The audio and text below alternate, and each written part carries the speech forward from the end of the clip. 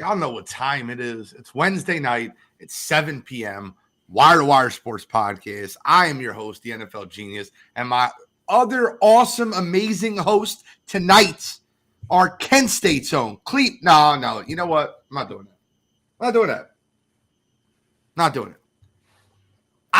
Listen, tonight is a night where we go Scholastic Shally, Uncle Shally, Mr. William Shallcross, the U of M, play the music, cue it. Did you get our pill?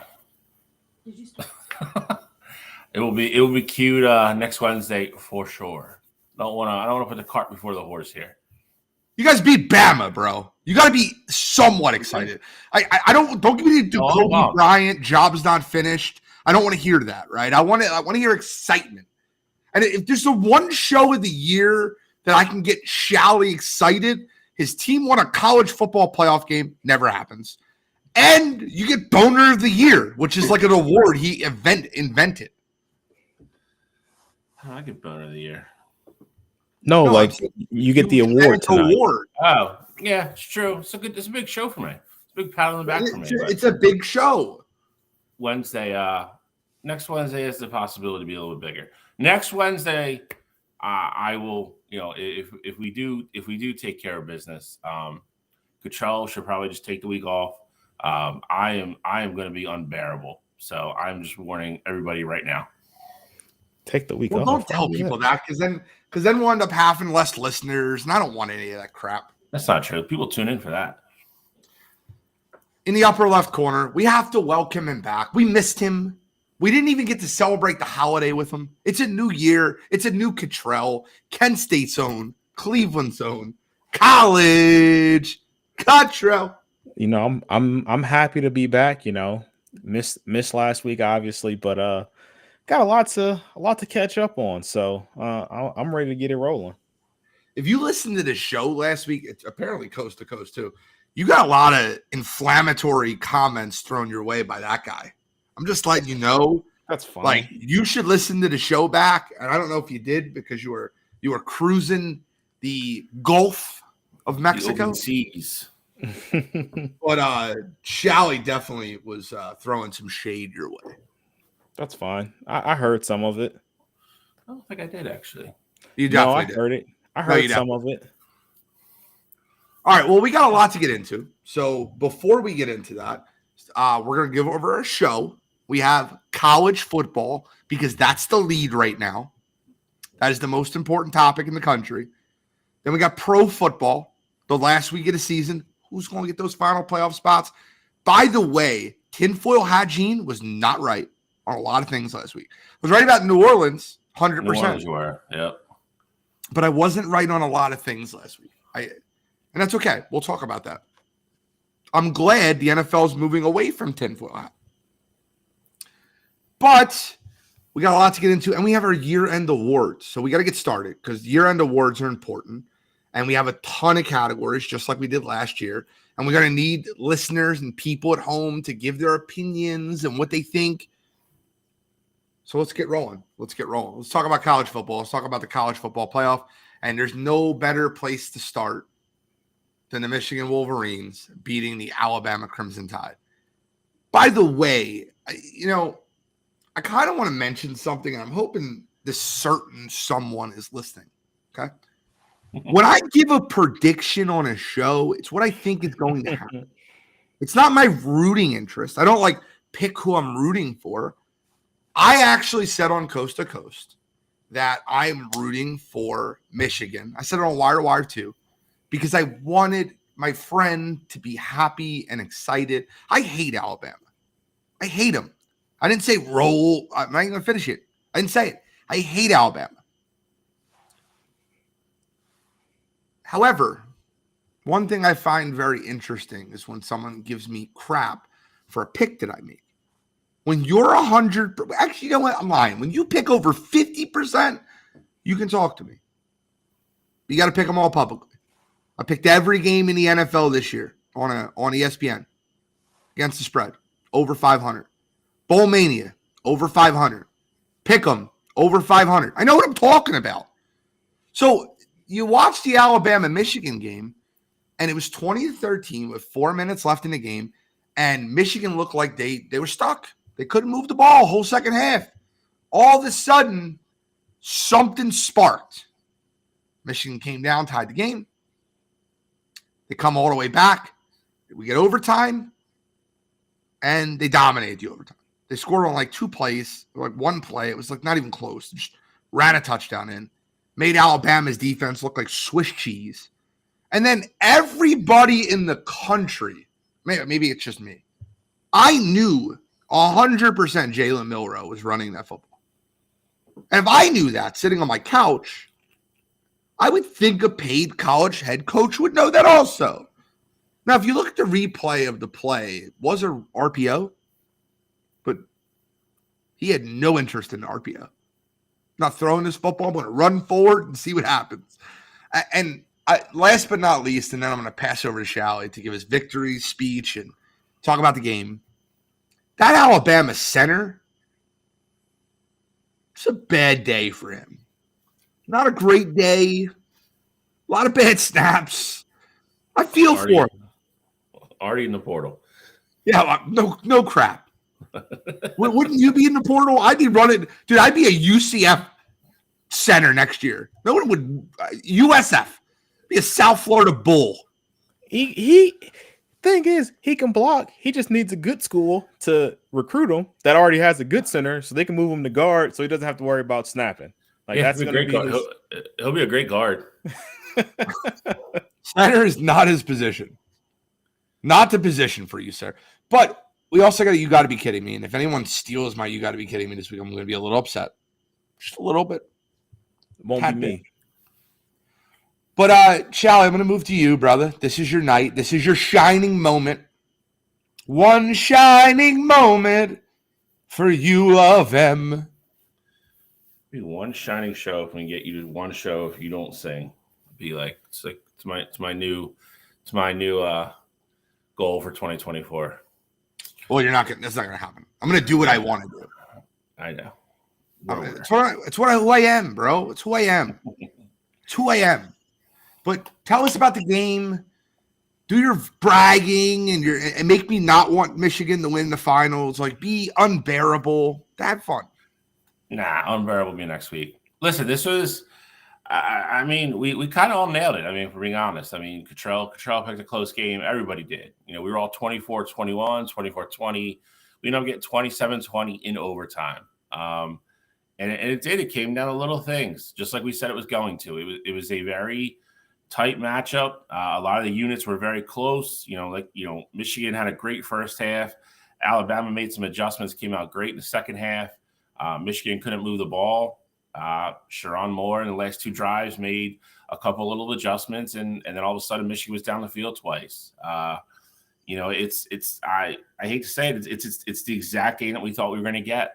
I think certain degrees and certain variances of it looked different than I thought it was going to. I did not think Michigan's D-line was going to have that much success. I thought Jesse Minter did a great job of switching up looks and confusing Jalen Milroe. There was quite a few plays that Jalen Milroe looked like a deer in headlights, had no idea what he was looking at, didn't know where he wanted to go with the ball. The other point I brought up, which I thought wasn't getting enough attention, was both Alabama's corners were getting all the press and all the hype. And I said there's 3 elite corners in this game, and Will Johnson was the other one. Alabama decided very early. I don't know if they game planned it that way or if it was just the way the looks were. They were not going to challenge him. They threw the ball to his side of the field twice, didn't get a completion, and that was it. They wanted nothing to do with throwing the ball with Jalen Milroe to that side of the field. He took 2 deep shots, in the first half, and Michigan was ready for that. And then I feel like once that happened, they kind of went away from, that part of their game plan completely, and started running the ball. And I was kind of shocked that they didn't run the ball more without Jalen Milroe because they had success, especially the right side. Both their runs were to the right side. Their big break-off touchdown run was to the right side. Tommy Reese never went back to it, which was shocking to me. So I thought JJ was great when it counted. He had a great day, had a couple throws that were incredible. Blake Corum did Blake Corum things, and defense got to stop at the end when it mattered, and they're going to the national championship game. I thought they were a little bit of a better team, and that's what I think you got on Monday. They were a little bit better when it mattered, and they got the win. So the one thing that was surprising to me was I didn't expect Michigan's defensive front to get that much pressure. Like, I didn't expect 5 sacks. It was 5 sacks? 7, I think. It's 5 in the first half. I didn't expect that, right? I didn't expect them to have that much pressure up the middle. And I also think Alabama's offensive game plan was trash. I don't know how you're running Jalen Milroe 21 times. Now, granted, they're not all like designed runs. Some are keepers. Jace McClanahan ran 14 times for 87 yards. Like, I felt like I was watching the friggin' Eagles. Why don't we give the ball to the friggin' running back? Now, I'm not saying we, because I'm not a guy, non-Jace McClanahan 4 times for 31 yards. So non-Jalen Milroe runs were 18 for 118 yards. That sounds successful. Mm-hmm. You think? Cottrell, what did you see when you watched this football game? So, I mean, I think the biggest thing for me, it was really a tale of 2 halves and then a tale of overtime. So it felt like that first half, Michigan dominated. And, we've seen it in years past, not just specifically with Michigan, but just with JJ in general. Like, the first play of the game, looking like it was going to be an interception. It was like, I'm sure a lot of fans were thinking, here we go again, that kind of feel. And I even said in the group chat, even after that play happened, I was like, JJ is going to wake up. Like, I have no doubt about that. But the problem is they can't get behind, 14 points or 17 points against this Alabama team. Like, so I give credit to Michigan for bouncing back, quicker and responding. Literally right after Alabama went down, scored that touchdown, Michigan came right back and answered. So definitely, got to give Michigan credit there. And then that defensive line was definitely dominating that first half. Like we already mentioned, 5 sacks in the first half, absolutely incredible. Made Jalen Milroe very uncomfortable. One thing I was very surprised that I didn't see, though, a lot of was Michigan came up with the game plan that, hey, we're going to use our 4 or 5 guys up front, and we're going to just contain them. We're not going to QB spy them. We're just going to have our guys, stay home and get after the quarterback, and it was very successful for them. Second half, I definitely expected Saban to make his adjustments, and he did. You talked about Bama having a lot of success in the run game, and yes, they did. But I do think that you probably didn't see as much Jace McClellan because he was coming back from injury. Like, they had already came out and said that he was going to be rather limited in the game, and he looked successful while he was running. But I think that is part of the game plan that went into it. And, I also just feel like at the end of the day, Michigan should have won that game rather handedly. I feel like they got away from their game plan. They were running the ball very successfully as well. And then it felt like JJ was just dropping back, and it was either he was missing throws, receivers dropped a couple balls. Like, I felt like they kind of got away from themselves. And then it got to overtime. They went right back to what got them there. It took them 2 plays. They got in the end zone. And then obviously, we saw the last play of the game with Milroe on the fumble snap. So thought it was a sloppy game all around. Michigan, it felt like to me, Michigan was the better team the whole game. Alabama almost stole it. And Michigan made their adjustments after Alabama made their adjustments, and they ultimately went on to win the game. I didn't feel like Michigan was the better team the whole game. That second half, before that final drive, Michigan had 44 yards. Like, they were absolutely getting manhandled the beginning of that second half. So like, even when they recovered the fumble, they went nowhere. And then for Michigan, their big problem was special teams. Their special teams, man, their special teams coach has got a lot of work to do. Clean that up, come a national championship. So Alabama's problem was their offensive line. I would just say, like, piggybacking off of that. So you talk about those miscues for Michigan special teams. Obviously, two huge. Well, one could have been, gigantic. We'll be talking about Alabama in the national championship game right now if that ball goes 1 yard further back. Right. So I think, to me, those kinds of things, like both of the special teams blunders, were unforced errors on Michigan's behalf. It wasn't like Bama did anything special to force those plays. So that's why I say I felt like Michigan was the better team in that aspect there. You had a couple drop balls by the receivers. JJ was throwing some dimes out there, not gonna lie. He had the one that should have been a first. It was on third down, should have been a first down right at the marker, went right through the receiver's hands. That would have extended the drive for Michigan, ran some more time off the clock there. So it's not that I guess that I'm taking credit away from Bama. I just think that they were in that game a lot because of Michigan miscues as opposed to them dominating in certain aspects and stuff like that. Now, I do think, that second half, they definitely came up with a different mentality, but I think that game was a lot closer because of the issues that Michigan was putting on themselves. But both teams put issues on themselves. For sure. Both teams put the ball on the ground. Both teams – I just felt like it was a very evenly matched game. Michigan dominated the first half, but we're only up 13-10. Alabama dominated the second half up until 4 minutes left in the game. And then it looked like Michigan was a completely different team. Like that last drive for J.J. McCarthy, you send that to the NFL. You say, this is my tape. When the game mattered most, here's what I did. But we did have another game. That we witnessed. And I'll be honest with you, man. I was disappointed. In the other college football playoff game. It was a good football game. And I'm not saying that like I'm disappointed because it didn't go my way. Like obviously I picked Texas to win the national championship and they lost. What was disappointing to me about that Texas-Washington game was how poorly Texas played outside. I felt like they made a lot of really bad mistakes. The fumbles, I think they had like 2 lost fumbles. They put the ball on the ground 4 times.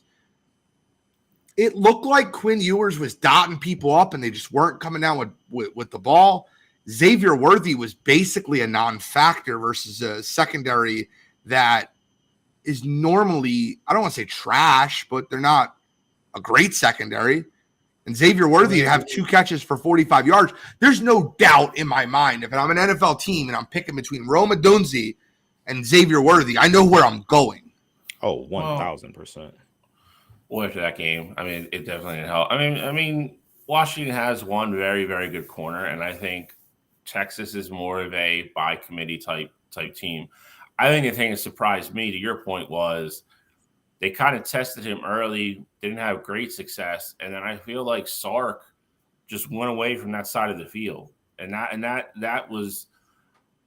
I think when you give an elite quarterback like that, an elite wide receiver, you still got to take your shots. You got to keep them honest. To just cut that side of the field off for the rest of the night was a little surprising to me.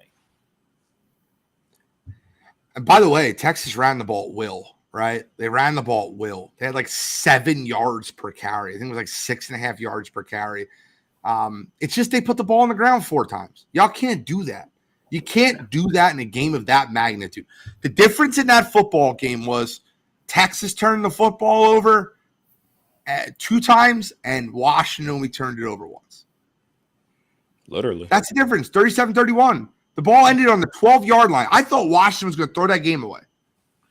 When they got that huge completion, which I couldn't believe they allowed, and they were down to like around the 20 with like 35 seconds to go, I was like, that's eternity. I was like, 20 yards isn't that far. I was like, Texas is going to score. I was like, this is going to be nuts. I'm like, Texas is going to steal this game. And then even at that point, I feel like the play calling sucked from that point forward. I didn't get it. Also a fact. Yeah, it was terrible. It was everything. Everything was read to the right side of the field, away from Muhammad and Worthy. And they didn't run anything creative. It was just, it was like outs. It was, they ran a post route to one. Like it wasn't anything like there was no scheming. There was nothing like you didn't have anything in the bag for anything like that to like, or at least get you down to the 10 where you can run a legit play or run a rub play or something. Like there was nothing. I was disappointed in Texas. Honest to God, I was. I thought they would win that game. I think my biggest issue with it, just kind of piggybacking off that, there was a specific play. It was either first or second down. It was like 15 seconds left. Texas had no timeouts left. Quinn snapped the ball after they had got out of bounds, so there wasn't like they were in a rush or anything like that.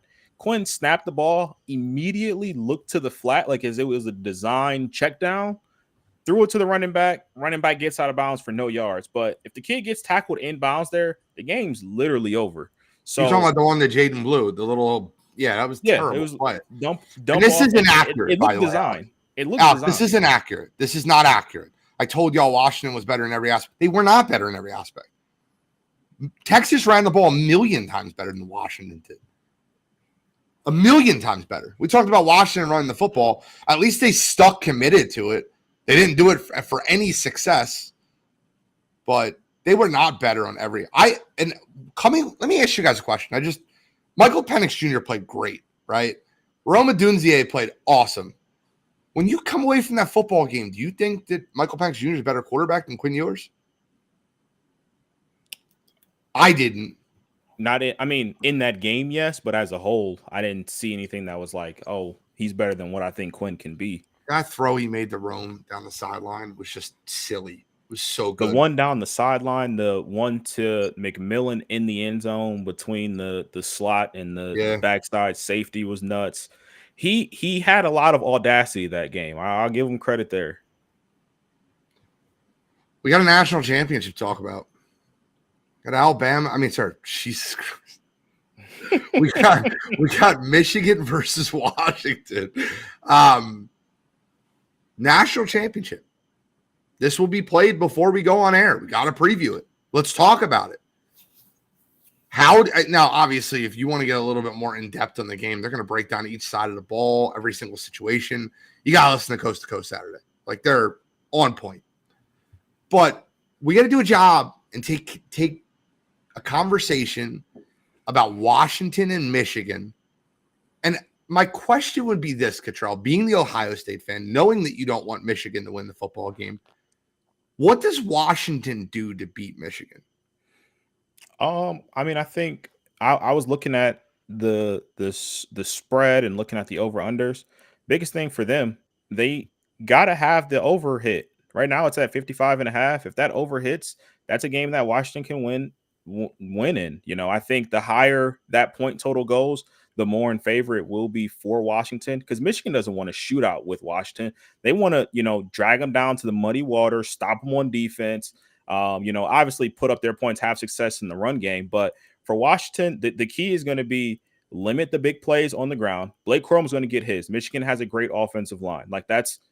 They're going to have successful plays in the run game. You need to do what you have to limit JJ in the air. And then on the flip side of the ball, you cannot be afraid to throw the ball against that Michigan secondary. Obviously, the strength of Michigan's team is their D-line. They're going to get after you, but they also have, good players in the secondary as well. Shiley mentioned Will Johnson. If he's matched up on Rome Odunze, you can't be afraid to still throw him the ball. You can't be afraid to throw Jalen Polk the ball there. So I think Washington has to stay true to themselves. They have to keep their game plan, push the ball downfield, still go for the big plays, even though Michigan hasn't really given up those all year. But that's how you got to beat them. You got to push at them with what you do best. So I think if they come in this game and you see them rather conservative, a little bit more dump offs, Michael Penix Jr. not taking some of those one-on-one shots, I think you'll know who won the game, before it even gets down to the thick of it. But they come out, they're taking shots, even if they miss and they just have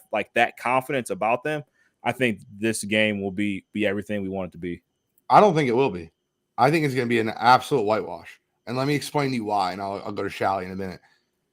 Washington can't stop the run. And Michigan has proven that they have no problem running the ball every single down. They're going to let their offensive line bully Washington. And this is going to be an ugly football game. It's not going to be fun to watch. Michigan's going to run the ball. I bet I would, if I could make this bet, I would make it. Michigan runs the ball over 35 times in this football game. They'll control the clock. They'll run the football. Their offensive line will bully Washington's up front. Washington, I watched their defense play multiple times at this point. They shoot gaps. That's what they do. They play over-aggressive and shoot gaps. Michigan's not going to allow that. They're going to play tight formation, push you off the ball, get 5-6 yards, and they're going to go Corum, Edwards, Corum, Edwards, Corum, Edwards. And it's going to be annoying at one point because you're going to be like, all right, well, can we make them throw the ball? And I'll bet you, because I know Harbaugh, he's just that guy, right? Harbaugh is they're going to throw 10 people in the box. He's going to be like, I'm still running. So you stop me. I'm not stopping. If I can get 4 yards every time we run the ball, I'm not stopping. I don't think JJ throws the ball more than 19 times the whole game.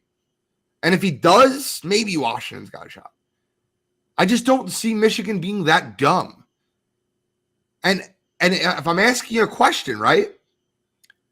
What side do you think is more likely to get a stop? Michigan's or Washington's? Oh, well, I mean, that's easy. It's Michigan, right?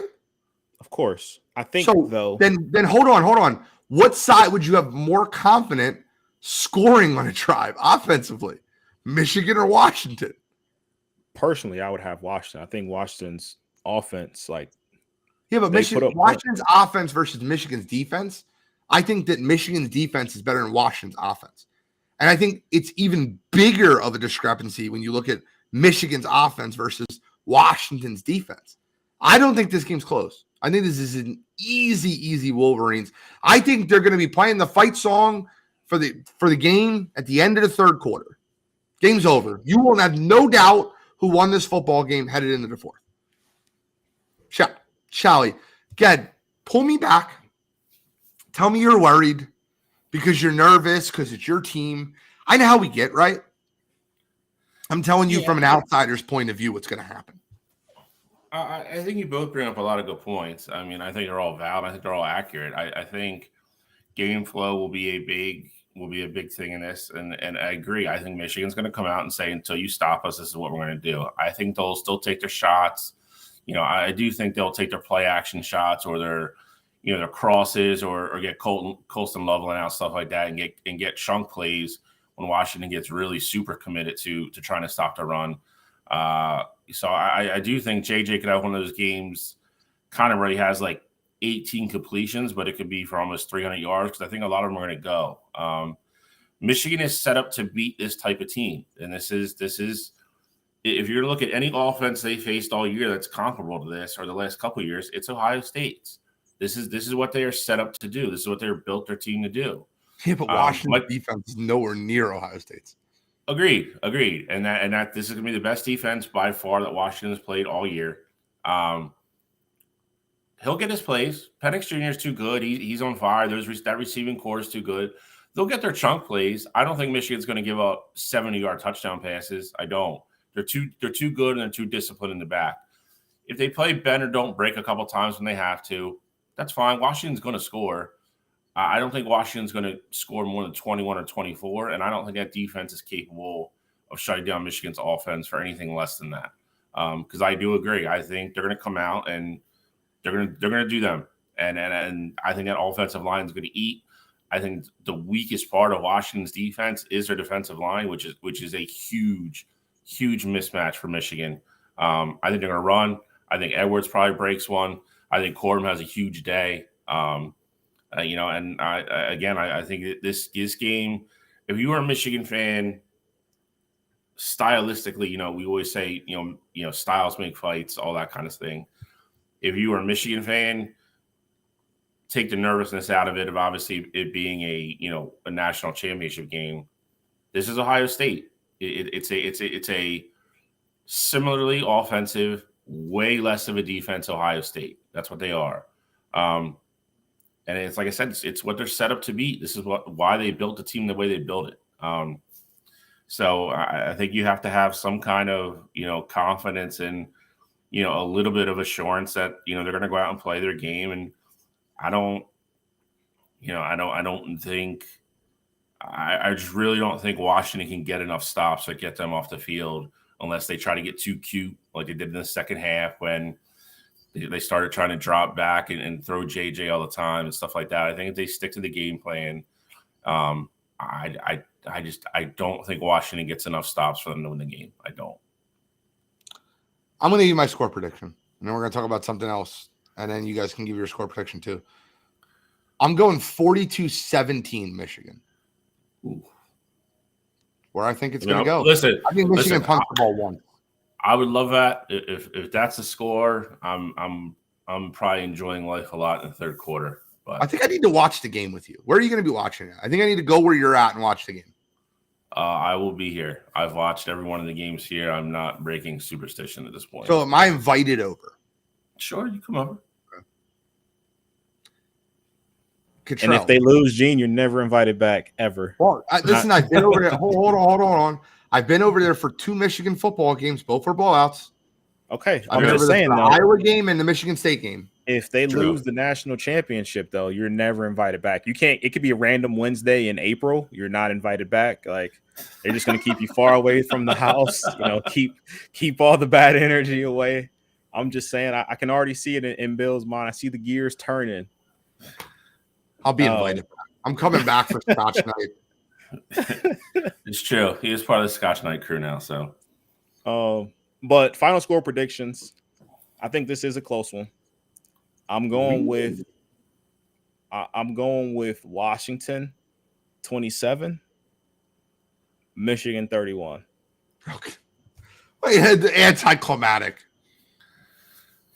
I'm closer to Cottrell. I mean, So you got Washington covering. I do think Washington covers. I think they get the ball last. I think it's very similar to what you saw Texas Washington. I think Michael Penix Jr. is going to have the ball late. Michigan's defense is going to make the play, like you saw at the end of the Alabama-Michigan You think game. they have a shot to win the game? I do. I want to see Showers' face when that's going on. Penix Jr. has the ball at the 12-yard line with first and 10 with 26 seconds left. Yep. That's how I see it going. I think Michigan makes the stop, though, whether it be a sack fumble or, you know, something along the lines of that. I think they hold on. And to my dismay, I think they win the national championship this year. I'm going. Well, it's Michigan. good news, though, because Harbaugh's going to be gone afterwards. True. I will. Well, yeah. I mean, Ryan Day will be happy. I will go Michigan 36, Washington 30. You think you just said a minute ago? I see Washington scoring 17 to 24 points. I don't see them getting past that. You just predicted Washington scored 30. That's literally. I could also see it being 36-24 with 4 minutes to go, and they score garbage time, and then, you know, onside kick, and then we get it and kneel it. So it's anticlimactic. I don't see anything that Cottrell does. I don't think they're driving with the ball to win the game. Okay. I have a blowout. I will say an that absolute blowout. the higher you bump that score up, the more in favor it will be of Washington. So if it's 36-30, I think Washington will be on the right side of the win there. See, I get it. I get your thinking there, but then again, like if it's going over, like that means Michigan's scoring at will as well. So I just don't see. There's a lot of things I can see in this game. I could see perhaps, you know, Penix Jr. and keeping like pace with the offense. I just don't see any way where Washington's defense outplays Michigan's defense. I just don't see it. I mean, I agree with you. I think, though, the one thing for me is I fully expect Michigan's offense to take care of business on their side of the ball. Like, I think they're going to be able to run the ball up and down the field on Washington. Like, I'm expecting that to happen. But if Washington comes out and shows that they can just slice and dice through that Michigan defense, then I think you got a problem on your hands. Like, if Michigan comes out and, you know, they're getting the stops and things like that, because I'm expecting them to get the stops. But I'm saying if Washington is able to move the ball down the field and they have no fear of that Michigan defense, then I think, you know, that will be when Michigan will be in some trouble. Yeah, I think the biggest thing, again, gets back to game flow. Washington cannot allow, for lack of a better term, Michigan to, you know, take the air out of the ball. If Michigan opens the game and goes up 14-7, but they chew up 14 minutes of game time, that is bad news for Washington if they can't get off the field. Because he will do exactly what Gene said. He'll go 5 yards and run the play clock down to 5, run it for 5 yards again, and they'll plod down the field and they'll take 8 minutes off the clock every time they get the ball. And then at that point, Penix has to be perfect, and that's where I think they get in trouble, because then I think it becomes you get a turnover here or there and get down, 14 or 17 points, then Washington has then they have a legit problem. Then you get into blowout territory, like Gene said.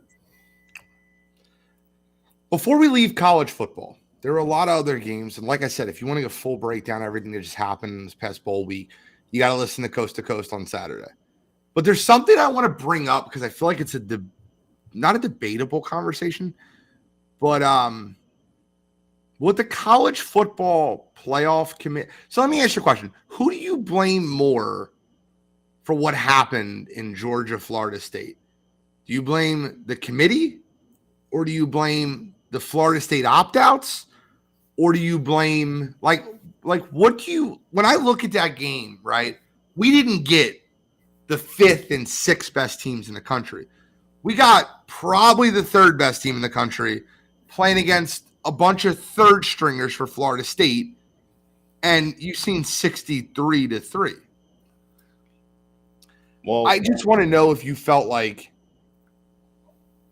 the college football playoff committee really just stuck it to Florida State, or do you blame it more on the transfers to kind of, like getting them out? And if I had to put a percentage blame on it, I blame 110% on the committee. Those players don't opt out of a playoff game if it's against Alabama, if it's against Georgia. I don't think there's any – those players didn't owe it to anybody to go out there and play Georgia. And, obviously we want the exciting game. We want to see good football, things like that.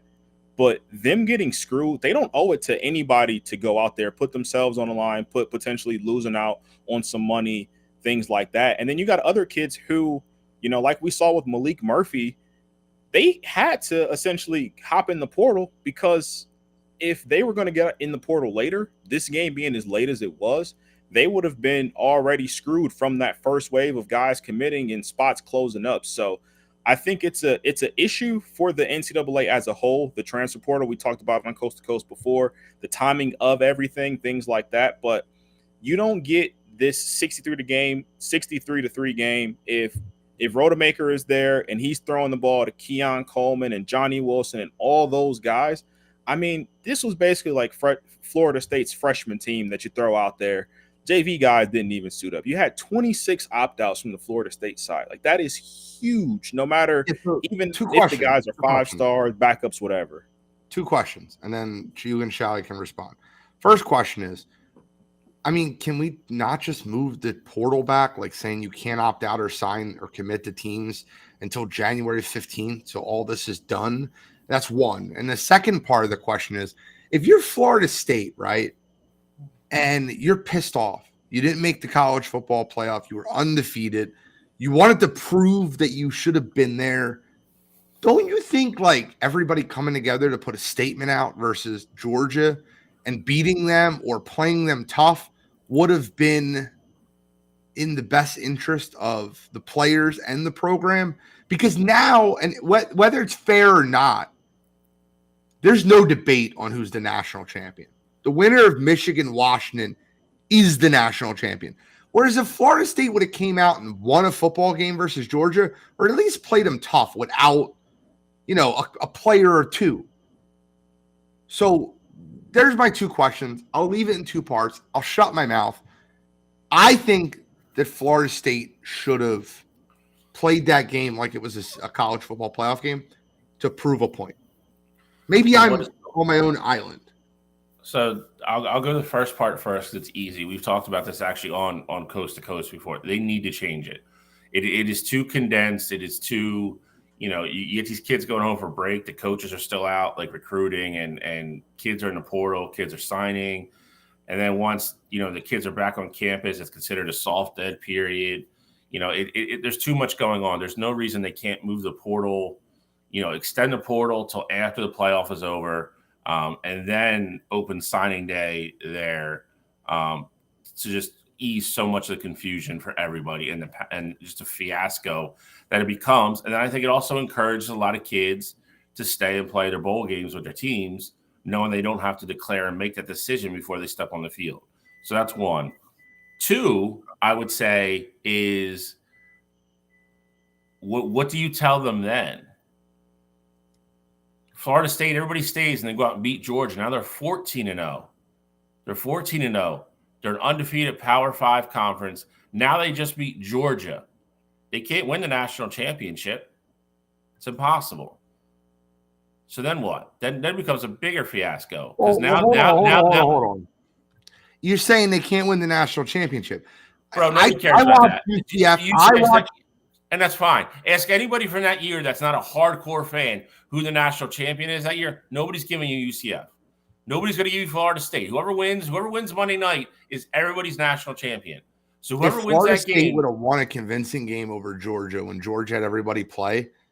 I feel like there would have been a lot more debate and a lot more conversation around it. Then why weren't they given them right? But then why weren't they given the shot anyway? Then the truth is, because I'm not saying it would have happened at this level, but if they would have played any of those 4 college football playoff teams, they would have got beaten by 20 points. No doubt in my mind. See, you say that, but I guess my argument against that would be if Michigan goes out there and they have 3 turnovers against Florida State, you have no clue what that game looks like. Even if Florida State's not moving the ball successfully, but they turn the ball over 3 times. If Alabama's having their same issues with the snap and they're fumbling and they're, not having success throughout the air because Florida State's defensive line, who had one of the better defensive lines in the entire country, is getting after that Alabama offensive line. We don't know what that game looks like, and I guess that's my biggest issue with it. Now, I get it. They looked horrible in that game, but you see time and time again, sometimes big-time players make big-time plays. Keon Coleman is one of the best receivers in the country. He's going to be one of the first receivers off the board next year in the draft class. So even if they aren't scheming things open, like sometimes you just throw it up because my guy is better than your guy, and you just see what happens. And if Florida State comes out and they're not having success on offense, hell, Bama didn't have success on offense pretty much the entire game against that Michigan defense. They had 13 points. They scored another touchdown in the fourth quarter to give them 20. One of their touchdowns came on a Michigan blunder where they shouldn't have had the ball in the first place if the guy just actually catches that punt there. So my thing is, Florida State's defense, I think they can hang with literally anybody in the country with the way that they were playing. You saw what they held Jaden Daniels, the Heisman Trophy winner, to when they played them earlier in the year, and they're not missing anybody on that side of the ball. But to answer your question, I'll answer number 2 first because we're here. I agree with Bill in the sense of, okay, if they play everybody, they get great pride and, there's a lot of conversations had. But then what? Like, it ultimately leads to nothing for them. No one's going to go back and remember, like, hey, Florida State, hey, they won the Orange Bowl or whatever bowl it was, and they were one of the best teams in the country, but they didn't make it into the playoffs. Like, no one's going to remember that when things to come. Like the year that UCF went undefeated, who did they play in their bowl game? Totally different setup. They gave Florida State the opportunity, and listen, the College Football Committee screwed them over in one way, but gave them the opportunity. Hey, man, you guys want to be national championships? We'll give you Georgia. That's an argument that they should be in the college football playoff to begin with. UCF played, I believe they played like the number 11 or number 12th ranked team in the country that year, and they won a bowl game versus them. They didn't beat a top elite caliber team. If Florida State goes out there and beats Georgia, I guarantee you the conversations are had. It's not the same as UCF. Florida State's a Power 5 team. It's different, right? But you're making all the points. You're making all the points of why they should have been given a chance to play. My question, though, all of them. My question, though, in response would be, who cares? Like, yeah, the conversations can be had. There's no banners that are going to be out there in Tallahassee. There's no parades that are going to be had. You beat Bama. You feel good. You can have those conversations, everything like that. And it was your opportunity to make a statement. You could have made a very strong one. They had Florida State. Florida State had 13 weeks to make a statement. They went out there and said, hey, we're going to be ACC champions without our starting quarterback. And that was their statement. Like all those players that opted out, they can hang their hat on that and said, I went undefeated my senior year, my junior year. They didn't give us a shot at the playoff. And so, I had to move on, and it is what it is. Stories they can tell in the barbershop one day or wherever they're at, they're coaching, whatever the case may be. Them playing in that game against Georgia in the bigger picture means nothing to them. All right, Kyle, real quick. Yes, it would validate their season if they beat Georgia. It would literally say you're wrong. It would tell the committee that they were wrong. And at very minimum, it would have said Florida State definitely should have been in the CFP. But we know that already. I don't think they should have been. So what changes? I'm on the other side of the coin. I think they would have got blown out regardless. Well, you're arguing. I'm just saying if they would have went out and made a statement. Again, though. Right. So then if you make a statement, then correct. The trophy Tuesday morning. You could prove me wrong. They can be 14-0. They can do whatever they want to do. Listen, they don't need a trophy. They would have a plaque. That's all that matters, Gene. The trophy is all that matters. They would have a plaque in their office that said, I proved Gene wrong. The trophy is either going to Spokane. I mean, that's more important. Ann Arbor. That's where it's going. The trophy's only that matters. That would be more important. You got a plaque in your office that says, I proved Gene wrong. That would have been it. They screwed up. Guys, the other thing, too, is that, that Georgia game, if Florida State would have found a way to win, you already know the spin would be, well, they beat Georgia without Brock Bowers. So, if Brock Bowers is there, who cares? Georgia's going to blow them out by 20. Like, you already know there's going to be stories no matter what way this all played out. Everyone's going to create their own narrative. The only thing that matters is the college football playoff. All right. Well, we got to move on to NFL. We're 49 minutes in. We got our awards at the end. Guys, if you're listening now, if you don't stay for the awards at the end, I don't know who you are. We're not friends. Like, delete me off of Facebook. The awards are that important. All right, we got to get into NFL. NFL, we had a wild week of crazy things that happened. I want to start with Saturday night. I got to start with Saturday night. In one of the most inexplicit, it is you. I don't even have words. Can't even explain it. What happened to the Detroit Lions versus the Dallas Cowboys? Those referees should be in jail. Like, I'm glad that they're removed from the NFL playoff. I think they're corrupt. I think they cheated for the Dallas Cowboys, and I believe it in every bone of my body. You know what I say? Do you get 2 playoff games in Arlington, Texas now? It's more revenue for the league. You'll most likely get Dallas in the NFC Championship game now. I don't know. I just think it's wrong. You were going to get the same matchup regardless. You just got to play to Detroit. Dallas should have lost that football game. And it's one of the worst calls in the history of football.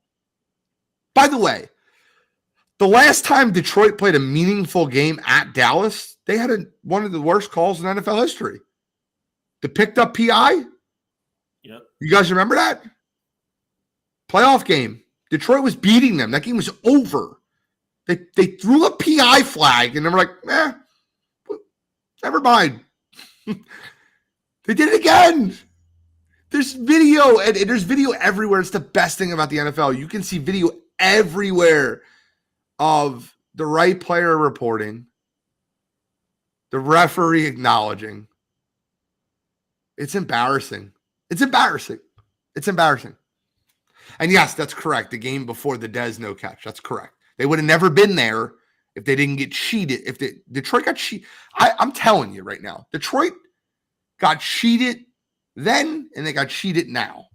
And thank God this one's not a playoff game, so they have the opportunity to at least try to run it back. Dan Campbell lost it. Your thoughts on Dallas, Detroit? I mean, the biggest thing for me was that not only did they get the call wrong, you saw it on the replay that they got the call wrong. The NFL then doubled down and put out a statement saying that, basically said the Lions were trying to be deceptive about how the player was reporting, and that they clearly need to make sure that the referee knows, the person that's reporting eligible. My biggest thing with that is, again, you look at it on replay, just say the ref went out and made a terrible, terrible mistake. Like, if that's how you want to spin it, like that, you don't want people to think that you're corrupt or whatever. You got to go out there and say, hey, the ref saw that 68 had been reporting, or 70 had been reporting all game.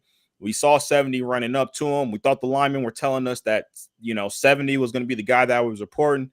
We screwed it up on our end. There's nothing corrupt about it.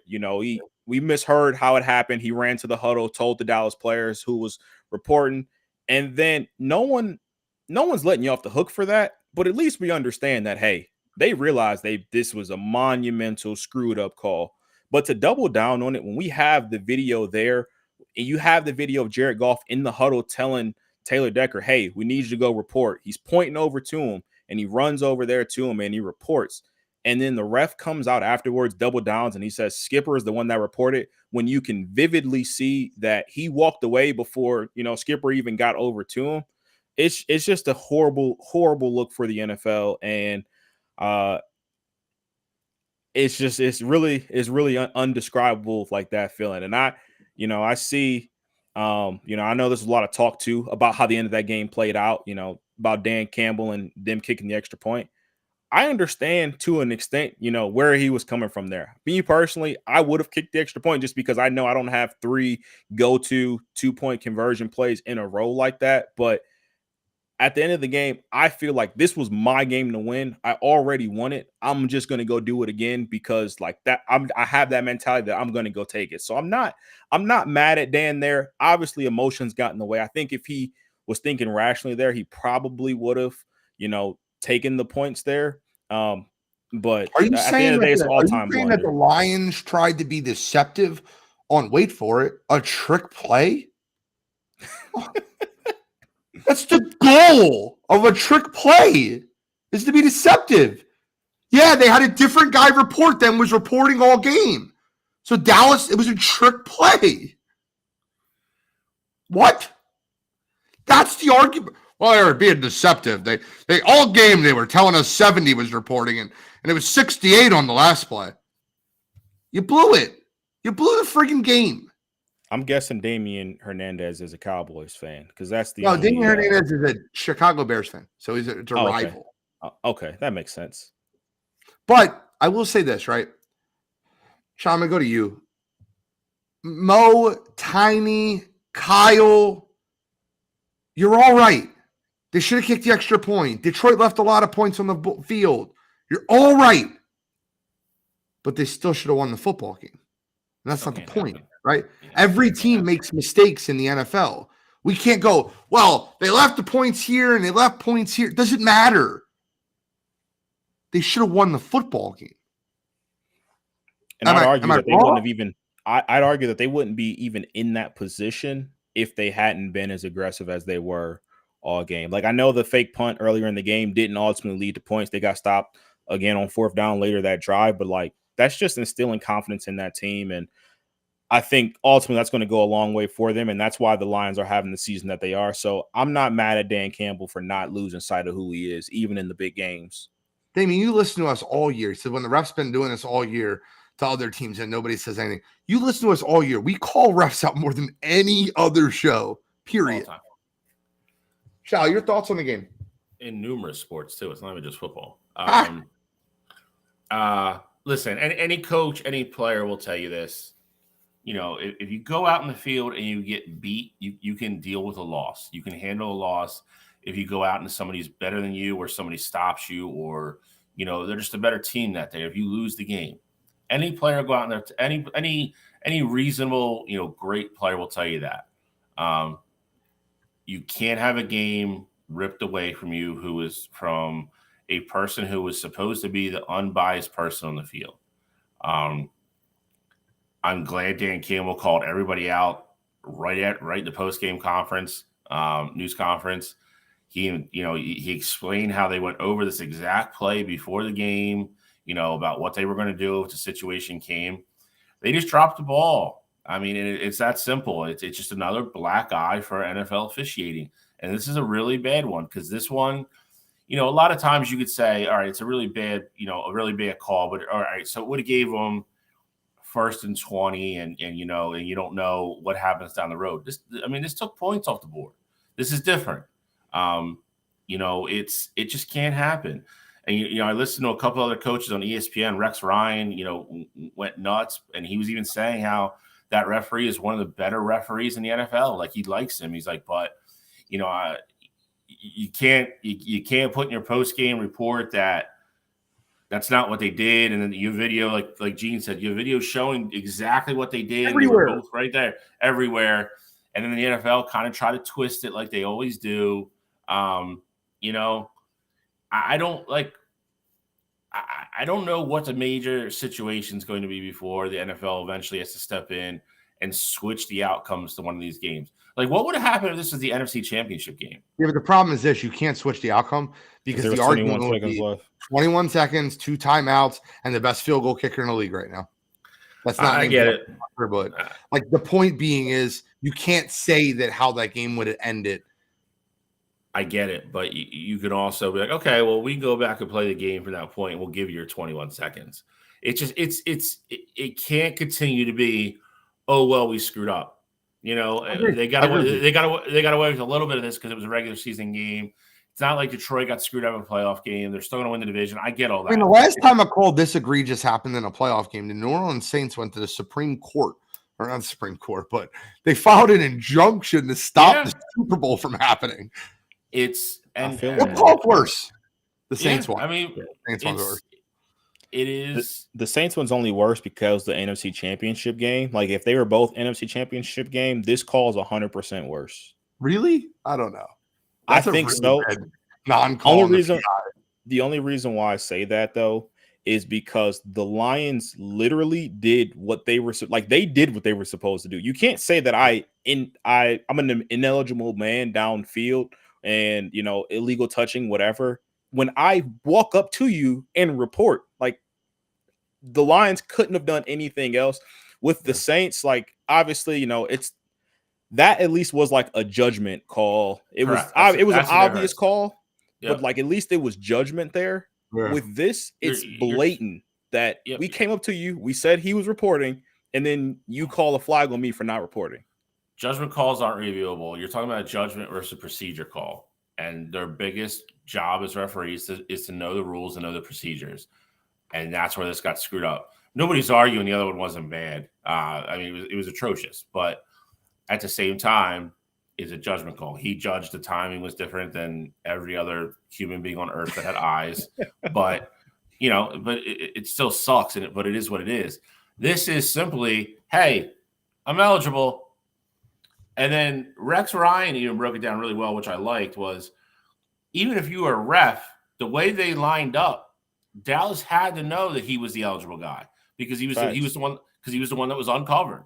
He's like, the other guy was covered up by Laporta. He's like that guy couldn't have been eligible anyway. He's like so it's the way they just botched it completely across the board is mind-numbing to me. Like, and sorry, you know what? I get the guy that apparently he's one of the easier referees to talk to. He explains things. Apparently everybody respects him and likes him. He should have been fired. Sorry. I know that sounds harsh, but at some point you got to make an example out of one of these guys. That if you guys are going to go on national TV and continue to botch these calls, then we're going to start letting people go. Yeah, like, I don't disagree. It can't be. Oh, you're not working the playoffs this year. Who gives a shit? The guy will be right back in the playoffs next year. Like, it's got to be. You're and gone. They are reffing. They are reffing this week as well. Yeah. Or take being crew chief away from him. Demote him. You got to do something. It's got to be more than, oh, you're just not going to ref in the playoffs this year. That's not enough. That is not enough. I agree with you. So is Tiny. Tiny totally agrees with you. Tiny knows. Tiny's got my back. We got one more game we have to go over before we get into a little preview. So let's hit this one. One real quick thing. This is the same ref that missed the PI call on MVS weeks ago when they were playing the Packers. So, like, this is repeated behavior. They should at least, even if they don't fire him, they should be investigating him just to make sure shady stuff's not going on behind the scenes. All right, so we got to talk about listen, I was right about the Saints game. Saints beat the Buccaneers. Game I wasn't right about, Baltimore Ravens absolutely annihilated the Miami Dolphins. I mean, that game was not close. And Lamar Jackson listened to every single person that said, you don't deserve MVP this year, and said, oh, yeah, I'm going to go 18 for 21 and throw 5 touchdowns. So Lamar's going to win the MVP. It's already written. It's already signed, sealed, delivered. That's done, right? Two-time MVP. Yeah. I still don't think he deserves it this year. Just personal opinion. But I was just waiting for Cottrell. I just want to see how long it was going to take. Well, I think Christian McCaffrey deserves the MVP this year over Lamar Jackson. Am I wrong? If Brock Purdy deserved it 2 weeks ago, Lamar Jackson deserves it now. That's my I said they're always going to do a quarterback, but I also said who deserved it more. I remember we did this whole thing. I said deserve CMC, going to get it Brock Purdy. They'll always give it to a quarterback. I think I'm just making my point again. I'm just saying I didn't hear this point when we were talking about Brock and Dak and these guys a few weeks ago. Dak never got it. Okay, never. So I know, but I'm just saying we're in the same boat. I the funny thing is that I actually agree with you. I don't think Lamar has done enough to win the award this year. You look at his stats and even compare it to his first MVP season. Like, it hasn't been anything spectacular. This is the year where you go outside the box. You give it to a defensive guy. You give it to C-Mac. But I know C-Mac got hurt, this past game, didn't have a great game. He won't play this week. 49ers have already clinched the 1 seed. So it's not going to happen. But I agree with you there. I wonder why that happened. Scumbag Eagles. Sorry. We're not talking about them this week. Doesn't matter. Well, you want to talk about the Eagles? I gotta stick it out for 1 hour tomorrow. That's what you get. That's all you're getting. You're not getting them tonight. But yeah, Lamar still doesn't deserve it at all because he has the weapons. Come on, dude. Stop the weapons carrying people. Stop it. Stop it. That's absurd. That's an argument for why he should win it because he doesn't. Well, he does have the weapons. He has 4 first. Just because you're a first-round pick doesn't mean you're good. But I do think that he does have. Zay Flowers isn't good. No. I'm not saying that they're not good players. Like, I think Zay's good. Like, I think he's having a great rookie year. They don't have an elite wide receiver on that team. I think Odell is, still in spurts, still good for what you need him to be. But I also gotta throw out there Mark Andrews not being there. JK got hurt the first game. Then their next best weapon, Keaton Mitchell, got hurt. So, like, the weapons, I do think they're better this year than they've ever been for him. But he's also missing some key factors to that offense as well. I think it all goes in his favor. I really do. Come voting time. Oh, 100%. And then after that game versus Miami, they went back-to-back weeks. They beat the 49ers and the Dolphins. And the way they did it, 100%. That's no doubt about it to me. Zay Flowers was a rookie this year, but I think he can be that number one for Baltimore. He's played out of his mind this year. He's always open. Miami, on top of everything else, loses Bradley Chubb. So, well, should win comeback player of the year. We'll talk about that though. Should have been a low-key boner of the year. How do you pull everybody on your entire team but not Bradley Chubb with 3 minutes to go? Yeah, your best defensive player. All right, let's preview this week. We have a lot of games that are somewhat playoff games, so we'll talk about them, right? We're not going to talk about every game that has some course of matter in the AFC because there's a million of them. But what I do want to ask you is this, and who gets so there's one playoff spot up for grabs in the NFC.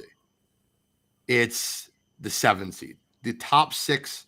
I'm lying. There's 2. The Tampa Bay Buccaneers could lose to the Carolina Panthers, which I don't think anybody thinks that's going to happen. But there's 2 playoff spots up for grabs. But it's not real, right? There's 1. No. I don't know the full tiebreak, but is it Green Bay's definitely in a win and they're in? Am I correct when I say that? I believe so. Yeah. I don't think they win. Where are they? Does anybody else think Chicago goes out and beats them? By the way, was that not one of the coolest things that you've ever seen with the Chicago Bears fans? We want Justin. Dude, that was so cool.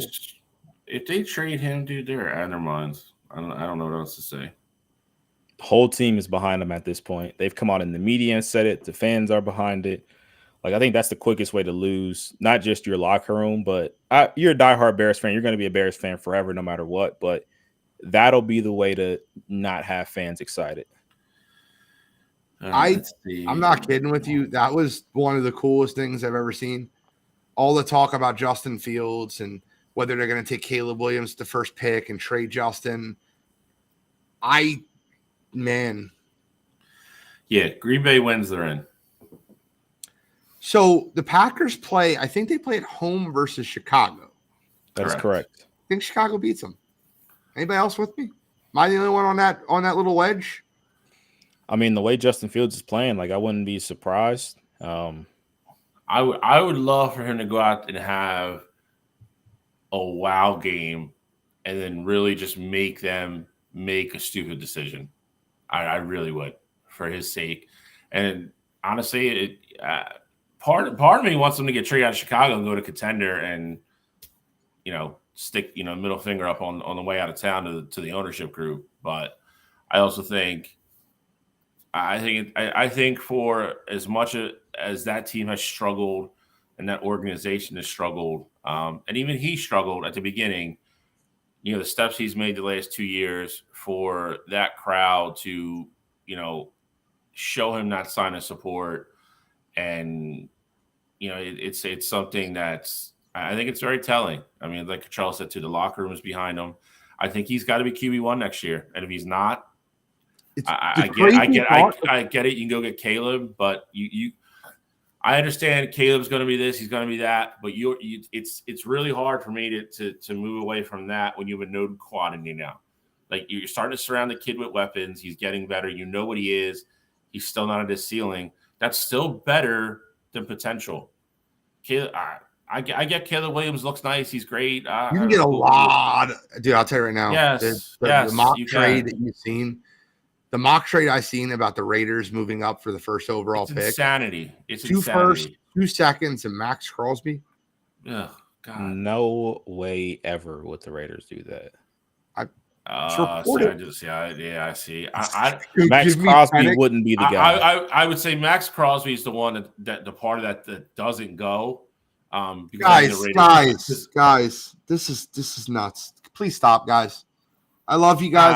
I do. Stop it. This is like 2 in a row. Stop. Like, Michael Penix is going to be better than Caleb Williams. Come on, dude. Stop. Michael Penix will. I'm going to make a statement for you guys just so you understand. Michael Penix will never be a franchise starter for a team ever. Okay? Just be clear. He's not that guy. I love what he's done in his college career. Stop it. Isn't going to be good either. With disagree? Michael Penix, I mean, I think depends on what you call a franchise guy. Like, I think he could do what Derek Carr has been doing. Like, I know Derek Carr, we've seen him be, top 12, top 10 guy, but you don't think Caleb's better than that, though? Oh, no, I do. I think Caleb could potentially be the best quarterback in the NFL one day. Like, if he goes to the right coach and all that, like, I think Caleb is that guy, no doubt about it. I get it, USC, the body language and all that. You got to think, though, NFL is a completely different ball game.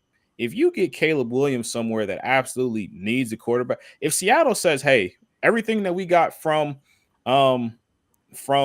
Denver, trading away Russell Wilson, we're going to do the exact same deal, give up the first, give up players, whatever we can, and go get a quarterback. And you pair a guy like Caleb Williams with that core, or even Atlanta with that core. Like, I think it could be. That's not fair either. That's not fair either, Derek. He's better than Ritter. Ritter stinks. Want to know a crazy stat? Compare Bryce Young and Lawrence first year, and take into effect how many more sacks Young has. Almost identical. Nobody's giving up on Bryce Young, though. He has nothing to do with this conversation. Yeah. All right, so let's talk about the playoffs. I want you guys to tell me who you think will be the 7th seed because mine's nuts. We all think Tampa Bay is going to beat Carolina, right? Can we stop that? We'll just get past that part. Yeah, Tampa Bay will be the 4 seed. Okay. So who's I the think 7th New Orleans seed? will be the 4 seed. So you think you think New Orleans will be the 4 seed? I do. So you think Carolina beats Tampa in Tampa? I do. No, it's not in Tampa. It's in Carolina. Give it to Carolina. Okay. I don't agree, but that's fine. I don't either. I think the spread being the way it is. Who's the 7th seed? You think the Packers beat the Bears, or where are we going here? I have a nuts theory. You guys. By the way, I was almost right on my nuts theory that I had with the Bears. If they would freaking held on to a 10-point lead over the Browns, that collapse was terrible. If a guy could catch a Hail Mary, I would have been right about the damn Bears. They won every other game. I got a nuts one for you. I got a crazy one. Rams already locked in at 6, Nick. Carson Wentz is starting on Sunday. 7th seed is between the Packers versus the Bears. The Seahawks then would be the next man up. They play the Cardinals, Arizona. Then the Saints are the next man up. They play the Falcons. And then the last team that's a likely team that could get in, well, the only team that's still eligible would be the Minnesota Vikings. They're 7-9. Yep. They win the tiebreaker over Atlanta based on head-to-head win percentage. So they play Detroit. Who do you think is the 7th seed? Give me your 4 and 7 then, since you said the Saints. Who's the 7 then? I got the Saints at 4, and I think your 7 is going to be the Seattle Seahawks. I think they take care of business at Arizona. I know that game. I think with Arizona, you talk about it all the time. I think you got the emotional high last week. You beat the Eagles. That was the Jonathan Gannon revenge game. Like all that's going for them. Now you get you come back home, but you're going up against a Seattle team that's literally fighting for their life here to potentially go to the playoffs. So I think Seattle finds a way to win that game. And I agree with you. I think the Bears beat the Packers. I think the Bears are just a higher team right now. So I think they win that game. I think Seattle sneaks in. Who's your pick, Charlie? I feel like by process of elimination here, I almost have to pick like Minnesota. Because I don't think Seattle's going to go to Phoenix to win that game. And I agree with both you guys. I think Chicago is beating Green Bay. So you think Atlanta beats New Orleans in New Orleans? I guess I would put New Orleans in and win it. I'll go New Orleans at 7. I have the New Orleans Saints at 7. So that means I think that the Saints will make the playoffs, and they'll play the opening round at the Cowboys. So that would be New Orleans at Dallas, the Rams at Detroit, and then Philly would go to Tampa. Correct. That's where I have it. Exactly. House of Horrors for Jalen Hurts. I'm very disappointed that the Eagles screwed this up because how much fun could it have been if we got well, I guess it's not the Eagles' fault, but actually, we're going to get it. We have to take it back. We're going to get it. Stafford going back home. All right. So, yeah, 2 NFC South teams. That's just my pick. I hate it, but that's what it is. All right. So, AFC. The Buffalo Bills have the weirdest scenario. They could be the 2 seed, or they could miss the playoffs. They need a tie to miss, though. No, they don't. No, they don't. They did. No, they don't. No, Jacksonville If wins and Pittsburgh wins, then Buffalo's out. Correct. That's absolutely correct. Pittsburgh's playing a Baltimore team that's not starting anyone. They're sitting everybody.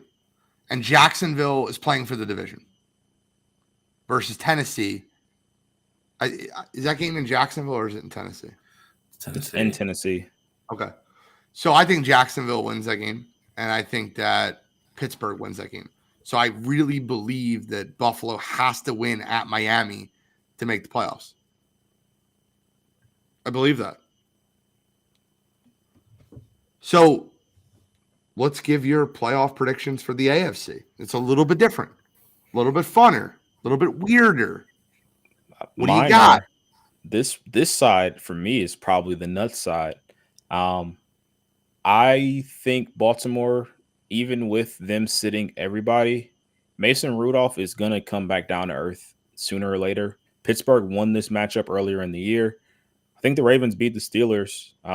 So I think, Miami is going to be your AFC East champions. And I got the Bills staying pat, down there at what are they? They're at 6 right now. So I guess they go down one game, go down to 7.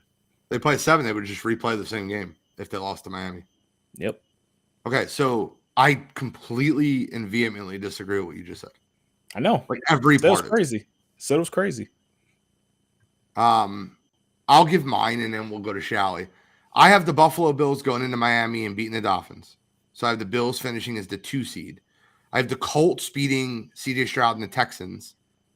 So I have it being, and I have Jacksonville beating Tennessee. So I have it being Baltimore, Buffalo, Kansas City, Jacksonville, Cleveland, Miami, Indianapolis. That's my 7. I also have the Texans winning that game. So I have the Texans going to the playoffs.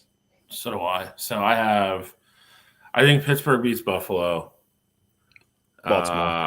Baltimore, sorry. Buffalo, I think, does go to Miami win. So I will go Baltimore, Buffalo, Kansas City, Jacksonville, Cleveland, Miami, and Houston. Okay. That's fair. The only thing we have different is I have the Colts winning a home game versus Houston, and you have the CJ Stroud going on the road and getting that win. I think, if I'm just being completely honest, I just think that the Texans are too outmanned. I just think they've lost too much this year as far as injuries go. The loss of Tank Dell, I think, will really come across this week. And I love the Texans. I love what they're doing. But I think Shane Steichen's offense will be enough to get the Colts over the hump. Minshew versus Stroud, we'll see. I think the weird Buckeye to Michigan connection of Stroud to Nico is going to be enough. I think it's very weird. Like, who would have thought week 1 going into the season, we're talking about CJ Stroud versus Gardner Minshew for a playoff spot, potentially for a playoff spot. That's how amazing. What are his? How much is it that you could be the 2 seed or not in the playoffs with 1 football game at the end of the year? That's got to be. I don't think that's ever happened before. It's got to be the first time ever. If you win, you're the highest seed that's playing on wild card weekend. If you lose, you're not in the playoffs. It's a wild thought process. All right, so let's get into NFL Pick'em, and then we'll get into awards. Kittrell, you wanna start off with NFL Pick'em this week? Yeah, I mean, I can start. I have no issue starting. That's going to be between you and Bill. You're behind. Yeah, I'm behind 3 games total of you guys, but my picks for the week. This week was a little bit tougher just because you got to focus on, I guess, the games that matter. I guess you don't have to, but for me, I focused on the games that mattered, and from the sounds of how we just spoke earlier. Gene, we're going to be on the different side of a few of these, but the first one, I do like the Saints -3 at home versus Atlanta. I think, with this matchup here, they split pretty much every year. Atlanta won the matchup earlier this year. This game being at home for the Saints, I do think they are going to get up for this game. Even with Kamara being a little bit banged up there, I think they have enough in the tank to stop Taylor Heineke and company. So I think they cover the 3 points at home. Next game, I like Houston on the road -1.5 at Indy. I think CJ Stroud is just going to be up for this game, and he's going to show out. I think with the chance to go to the playoffs his rookie year, he will be the difference maker in that one. I think he does enough to get Houston to cover. Then the last game, I like the Dolphins to win the game outright. So if you're going to give me 3 points, I will take those, especially at home. Dolphins play much better at home. I think Raheem Mostert should be back for that game. If I had a guess, I haven't had a chance to look at the schedule, but I'm guessing this is going to be the last game on Sunday night for all the marbles. Yep, it is. So I think A-Chain, I bet Jalen Waddle, I bet he's going to be back for this game. I think both teams are going to be at full strength, and I think Miami has enough to get it done at home. I don't think Waddle plays. Well, I think he's going to play. I think that Miami's Well, we'll see. We'll see him. I'll go second because Showie was in the lead before, and we don't have the updated standings. I don't know where he's at, so I'll go second. I have the Jaguars -5.5 over Tennessee. I think it's a playoff game. Their defense looked great. I love the Jaguars to win this football game at Tennessee. I'll take the Commies +13.5 over the Cowboys. Every time they play in Dallas, Dallas blows them out. Every time they play in Washington, it's a very good football game. I'll take the 13.5 points with the Commies over the Cowboys. And then last but not least, this is a real sharp game for you guys. Give me the Minnesota Vikings +3.5 over the Detroit Lions. Detroit's not really playing for anything. They're basically hoping the Cowboys lose versus the Commanders. Yeah, they're not really playing for anything. They're basically locked into the 3 seed. The Vikings are still playing for a playoff spot. I'll take the Vikings +3.5. If they do happen to lose the football game, I think they'll keep it within 3. All right. So my first game, I'm going to go with Cottrell on this one. I'm going to Saints -3 at home. Everybody knows how well the Saints play at home versus away. And Atlanta is the exact opposite. They play well in Mercedes. They do not play well on the road. Both teams are fighting for a playoff spot. This could be the dreaded push, but I think New Orleans covers the 3 at home. Secondly, going with Gene. I think Jacksonville destroys Tennessee on the road. I think Trevor comes back after a week off. It's pretty much a playoff game to clinch the division. Take all ambiguity out of it for Jacksonville. I think they go on the road. They take care of business.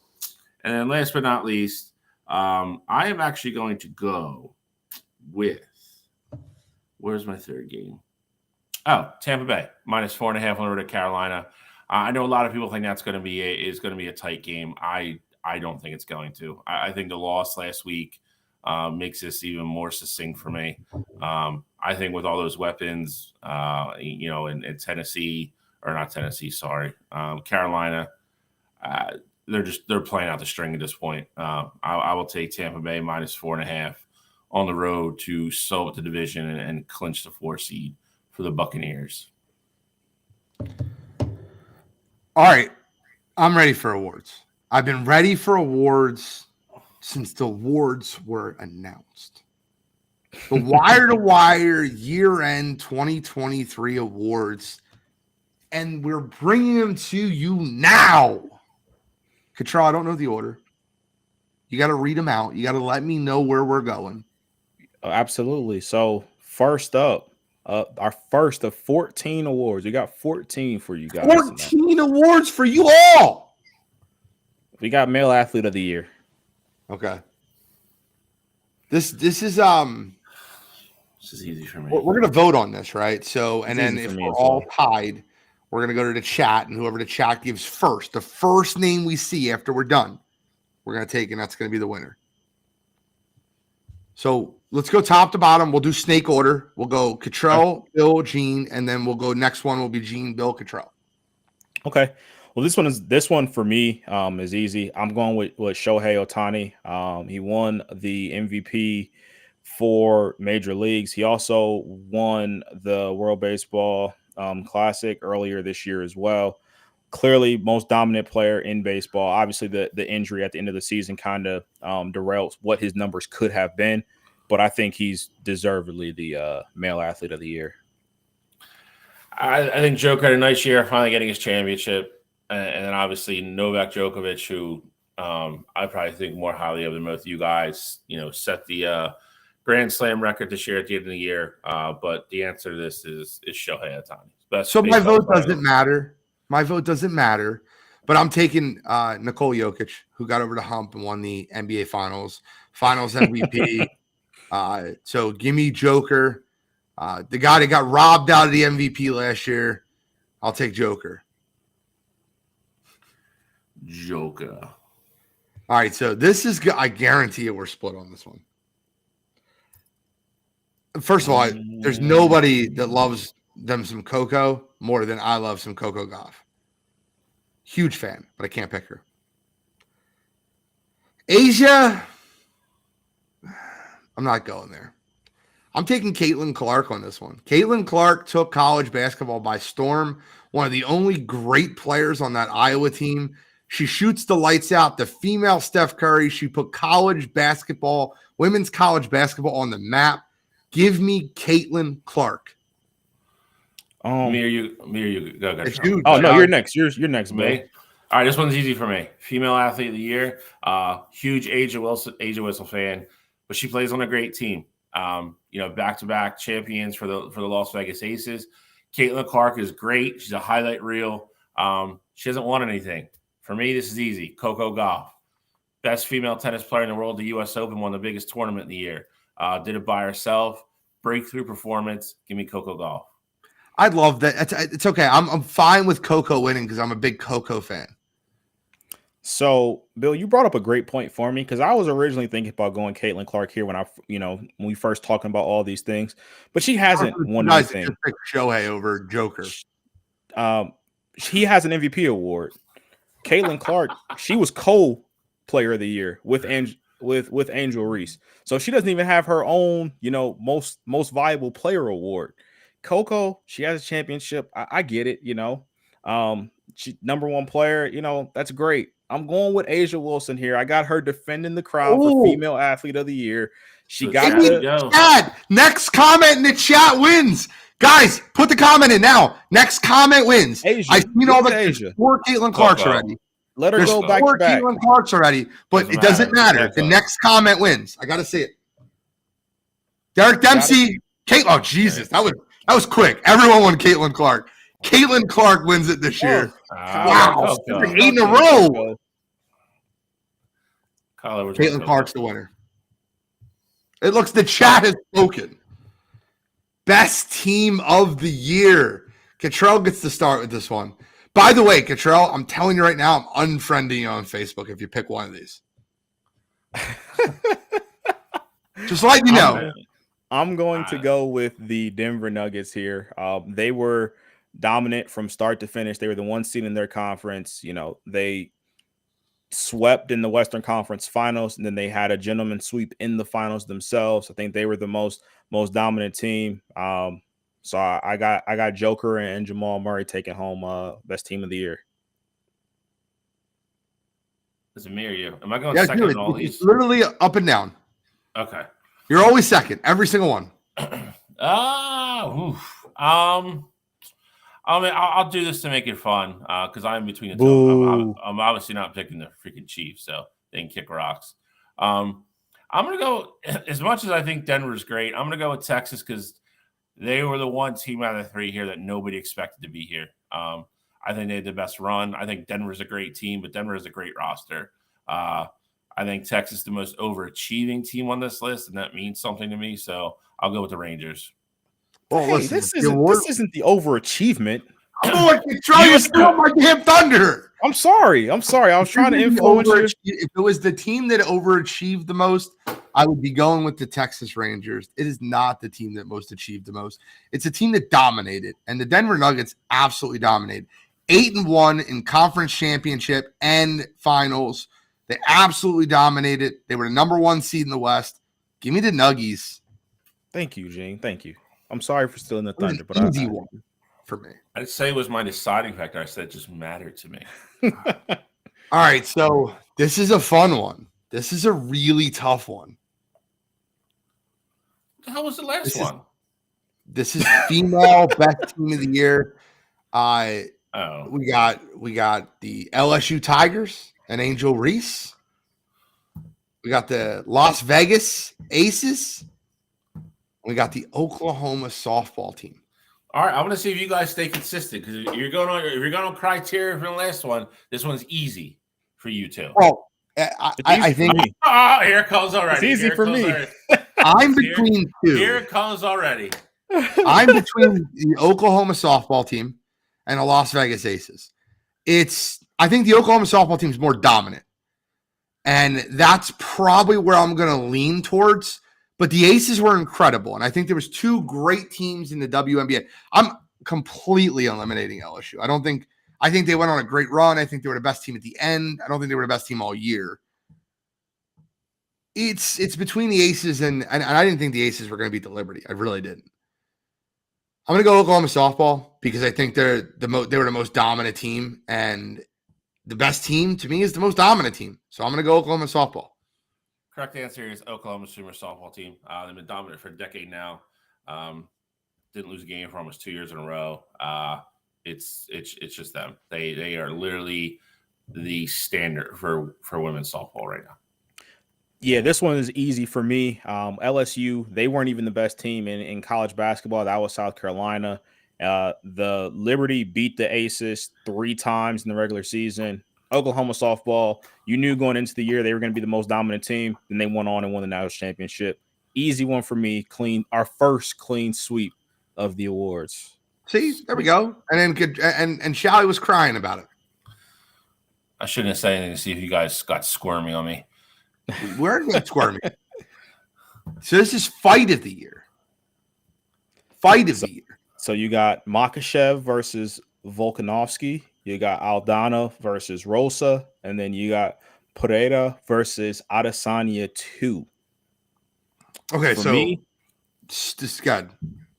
For me, I'm going with Islam versus Volk 1.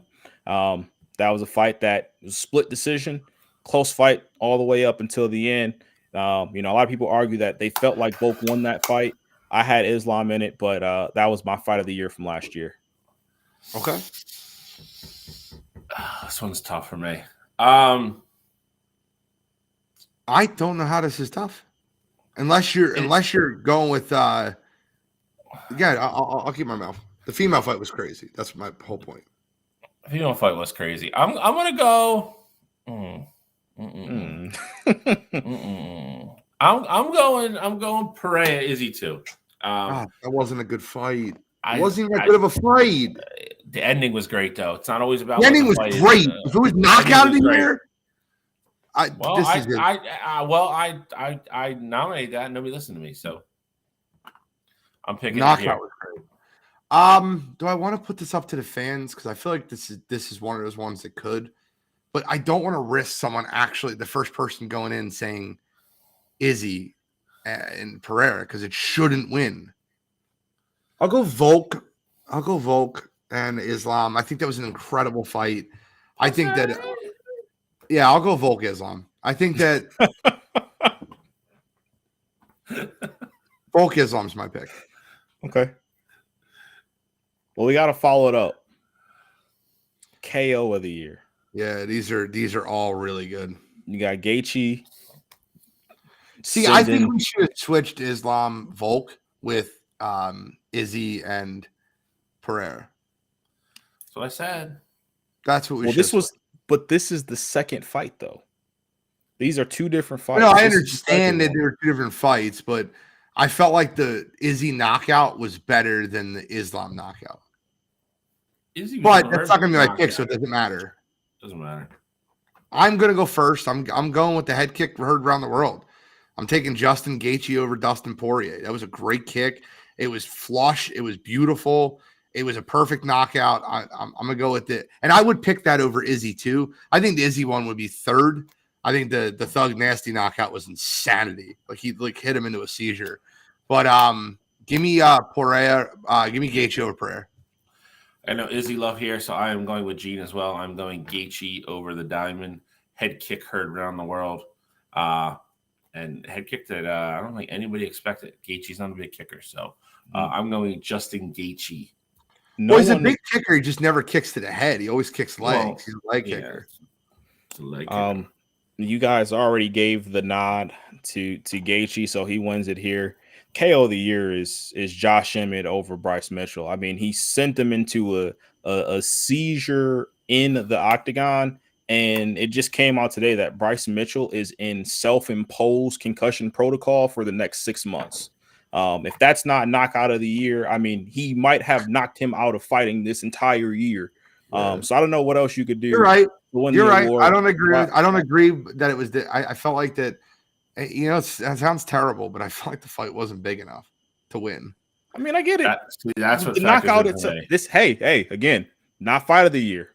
The knockout in itself. Take the names out. You're right, but I don't think enough people seen it. No, but it also matters in what the situation is as well. It's a great knockout. I can't argue with you. It is. All right, let's move on. Worst team of the year. I love it. Control, you get the start. So we got the Oakland Athletics here. We got the San Antonio Spurs of last season, pre-Victor Wembanyama. And then we got the Carolina Panthers of 2023 that, I think for the Panthers, for them being on here, it's not just that they suck this year. Normally when you suck, you get the first overall pick. That pick is going to Chicago because they traded away. So I feel like that's like a combo thing for the Panthers. But I'm rolling with the Athletics here. It felt like they were just never going to win a baseball game ever again. Pistons is a great one. They might catch you next year, Kyle. But I'm rolling with the Athletics on this one. So I'm going with the Panthers here because, and this is easy for me. Oakland we knew was going to suck, and they didn't end up being as bad as everybody thought they were going to be. They didn't break any records. San Antonio, we knew they were going to suck. They're the very beginning of a rebuild. Carolina was not supposed to be this bad. I don't think anybody thought Carolina was going to make the playoffs or anything like that. You're starting a rookie quarterback, but they are way worse than anybody expected. They fired their head coach. It's Carolina for me. I can't go with Oakland.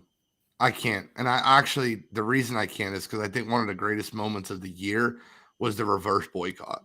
I thought that was incredible from the Oakland A's fans. And that's why I can't go with them. So I'm going to go with the Carolina Panthers also. And it's a lot of reasons, right? It's them not having a number 1 overall pick, them the crazy organizational mess that they are with their owner and the way they fired everybody that wanted CJ Stroud and how they hired a coach but didn't let him pick his own quarterback. Yeah, I'm going to go with the Panthers because I just think they're such a mess. And we might get a little bit into other Panthers situations. You got to be kidding me. I don't know whatever could have happened, but we'll talk about it. Biggest loser of the year. Dan Snyder's on this list every year. I don't think he'll be on it next year though, because he sold the team. Could he be repeat winner? But I don't think he can be because the other two guys did things that are just disgusting. And Dan Snyder's terrible. This one's easy for me. I don't know how easy it is. I'm going Wander Franco. He's still missing. Wander Franco is my answer. Yeah, Skip Bale. The guys that just absolute. You went from being one of the best players in baseball to gone and good riddance. With a 14-year-old girl, Wander Franco. You can go kick rocks. You're winning my award for biggest loser of the year this year. It is Wander Franco. They did find him the other day. He's in custody, but. Dan Snyder's a scumbag of a human being, but not that this makes it better, but it's with adults. Urias, another domestic violence issue, but it's with an adult. Wander Franco is accused of a lot of really bad things with very young girls, and that seals the deal for me. So it's Wander Franco.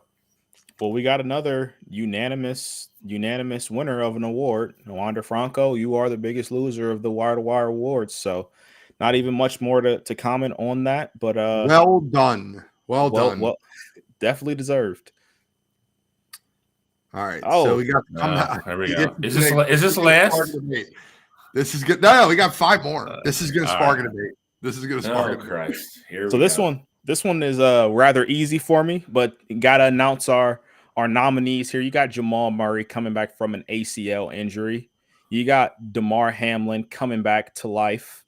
And then you got Joe Flacco coming back from a terrible season with the Jets last year.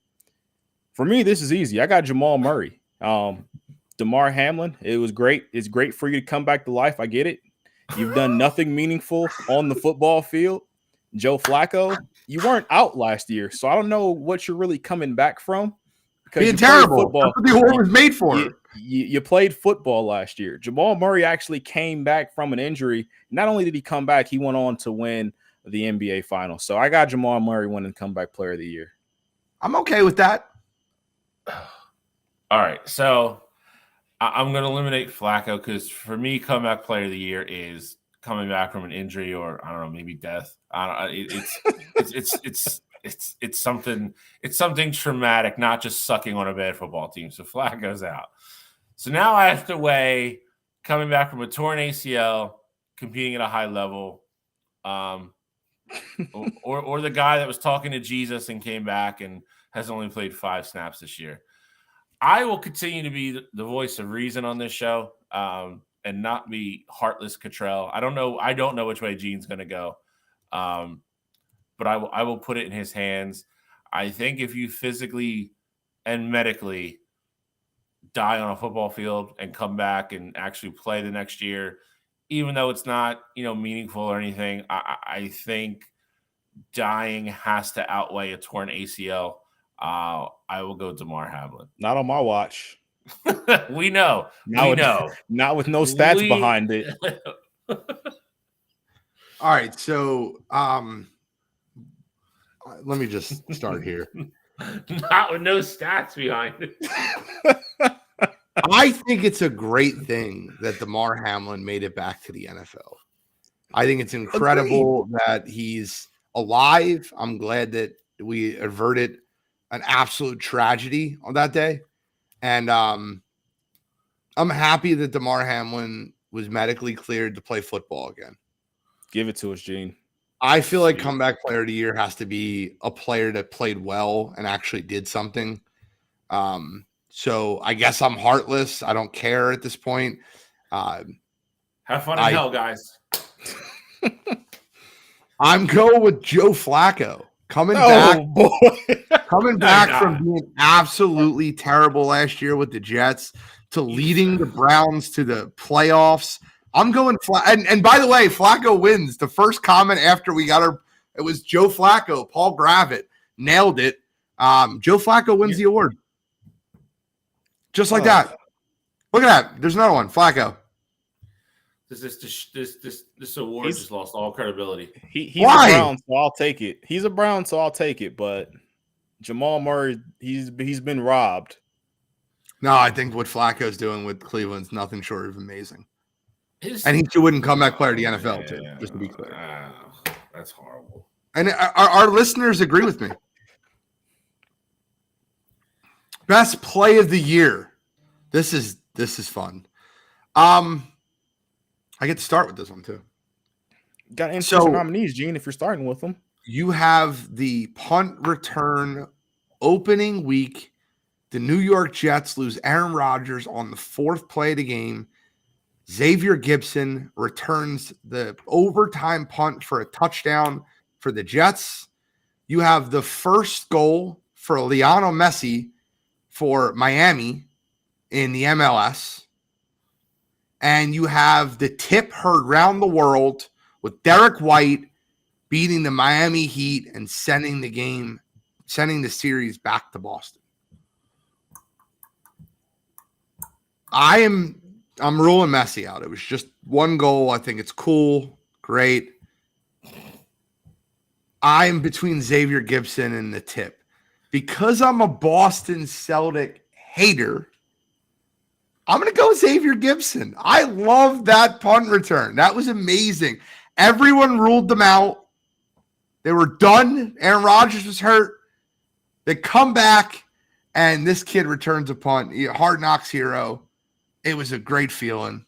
Give me Xavier Gibson. This is easy for me. This is Messi. Have all the height, have everything behind you. Come in, short rest, not really even in shape. Go play a game, and then have it come down to you in extra time. Ball on your foot, free kick. Bend the ball over the wall, upper 90, win the game, walk off. Biggest win, obviously, at organizations. Short history, it's Messi for me. Bill, I'm so glad you brought us back to reality here. It's Messi, and it's Messi by far. Derek White, if that game would have sent Boston to the NBA Finals, like I could have got behind that one. They didn't even win the series. And Xavier Gibson, while that play was great, the Jets stink. So I'm going with Messi here. Not only in that moment, Messi going to the MLS, that in itself was a huge moment. But for him to be on that stage and make play to win the game, play of the year, not moment of the year. It is play, but he had the play of the year in the moment of the year, one of the best moments of the year. So I'm going with Messi here. I think this one's rather easy. Messi, you deserved your award this go around. You get to start us. So, we got 3 nominees here for performance of the year. You got Donovan Mitchell having a 71 point near triple double, 71, 11, and 8. You had Domingo German, perfect game for the Yankees Herman. against the Oakland Athletics. And then you also had Garcia from the Texas Rangers having 2 home runs, 5 RBIs in a game clinching Game 7 to send the Rangers to the World Series. Well, you're up. Me. Who you go with? It's not me. I'm going with the perfect game. Perfect games hardly ever happen. Even though it was against the Athletics, I don't really care. But I got to go with the perfect game.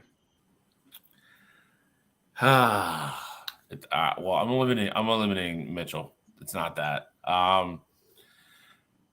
Perfect games are so uniquely rare. It does lose a little luster because it's against Oakland. Just the enormity of the moment for Garcia, though. Man, I'm going Garcia. Game 7. Game 7 World Series. It's going to the World Series, 2 home runs, 5 RBIs. It's a Dallas Garcia. Are you guys out of your freaking mind? You're talking about Herman's perfect game versus a Little League baseball team? Get out of here. Give me Garcia. So now they're they're a Little League baseball team, and you didn't even pick them for worst team of the year. Because we knew they were going to Carolina, we didn't know they were going to stink, and their organization's a mess. Yeah, but totally you didn't call them a UFL team. You called the A's a Little League team. Bro, this is a Dallas Garcia game, Game 7. Literally, we talked about last year Harper and the swing of his life, and this year Garcia one-ups him in Game 7 of the ALCS to go to a World Series, man. The guy was insane. I'm taking Garcia here. Easy. All right, we got moment of the year, and these are 3 big moments, right? Did we not switch to one? What do you mean? I thought we were switching on the right. Switch to what? I thought we were going Shohei versus Trout, but that's fine. I think Shohei versus Trout should be on here.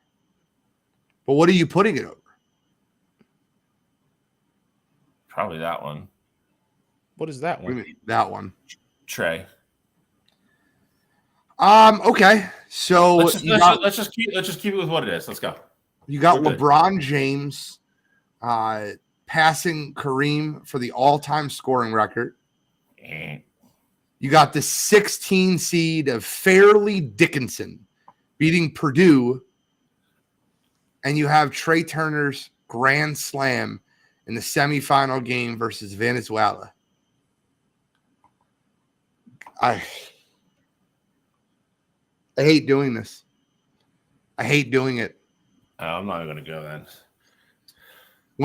I'm not a LeBron fan, but when you pass the all-time scoring record, you pass Kareem for all-time leading scorer, it's got to be LeBron here. It's one of the greatest records in the history of the NBA, and it was broken. That has to be your moment of the year. Shohei versus Trout should be on here too. But I'm going LeBron. And I'm not a LeBron fan at all. It's just when you look at these 3 moments, in 10 years, we're really going to remember one of them more than the other 2. I'm gonna go. I already know who's gonna win, so it doesn't matter. I'm going with the college basketball upset because 10 years from now, people will remember that. 'Cause it's only the second time it's ever happened. Sure. And I think a moment of the year is something. Not that LeBron's isn't. LeBron's moment is more of a cumulative thing, whereas I think the upset is more of a standalone thing. So I will go with the 16 beating the 1. I think this battle would have more credence if this was the first time it had ever been done. Like if UMBC didn't steal FDU shine here, I think this would be a little bit closer. But breaking the all-time points record that a lot of people thought was going to be unbreakable forever, takes the moment of the year for me. I agree. Begrudgingly. Game of the year. This is easy. This is very easy for me. It's game one, Texas Rangers and Arizona Diamondbacks. It was an incredible game. The game tying home run, then the walk-off home run in extra innings. You have the Eagles Chiefs, which would have been the game of the year if we didn't have to call heard around the world. And then you have Iowa versus LSU, which was a good game.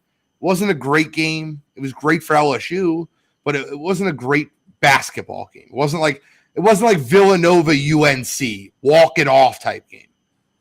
I'm going game one of the World Series, and I'm a game tying home run, game winning home run, game tying home run in the bottom of ninth, game winning home run in extra innings. It was an incredible game. World Series game one. I'm going with you. I'm going game one. I think. Why are you shaking your head? You just like baseball? Is that what it is? I don't understand. I voted for perfect game earlier. Baseball's been getting love here. If we're talking about any other team besides the Philadelphia Eagles, this is a no-brainer. But we're not. Yeah, but Cottrell, the game But we're not. I get it. But we're not. The game was ruined by a bad call. It was great game. One of the greatest Super Bowls we've ever seen. Until it got ruined. It didn't get ruined. It was a bad call that happened. It didn't get ruined. It was a bad call that happened. Questionable call that happened. Wasn't the most egregious. It's not up there with Saints Rams. But the problem you have with it is it was a great Super Bowl up until then. But the fact that it happens at the end of the game as well, it literally inflated the balloon. It did. It just in Philadelphia. The rest of the world had a great time watching the football game. That's not true. A lot of people don't like the Chiefs. I don't even think it's. I think that like if the Eagles lost that game driving down the field and the Chiefs made a huge defensive stop, like that would be something. But that's not what happened. And that's why my best game of the year was going to be World Series game one. All right, we got one more, and then we get you got to be kidding me. One more. I voted for owner of the year. By the way, I know we know. Owner of the year here. You got Miami. Undefeated season up until this point. They're at home. They're up in this game. 37 seconds left. Georgia Tech doesn't have any timeouts. And Mario Cristobal, instead of kneeling the ball, decides to run their running back. Running back fumbles. Georgia Tech gets it. They then drive down the field in those 20 or so seconds, score a touchdown, and Miami loses this game. And for all intents and purposes, their season falls off the wheels after that moment. You got John Morant here for a number of things. You got the gun here on Instagram Live, him fighting 18-year-old kids, and I mean, you name it with John Morant. He had a bad year.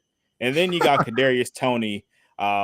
We got it here with him lining up offsides, ruining what would have been one of the best plays we had ever seen in a regular season game with Travis Kelce.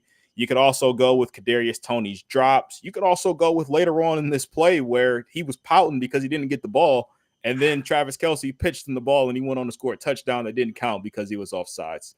For me, I'm going with Mario Cristobal here. This was a win. It was under. You had nothing left to do but kneel the ball. There was nothing else. There was no judgment calls. There was no nothing. If you signal in QB kneel, you win the football game.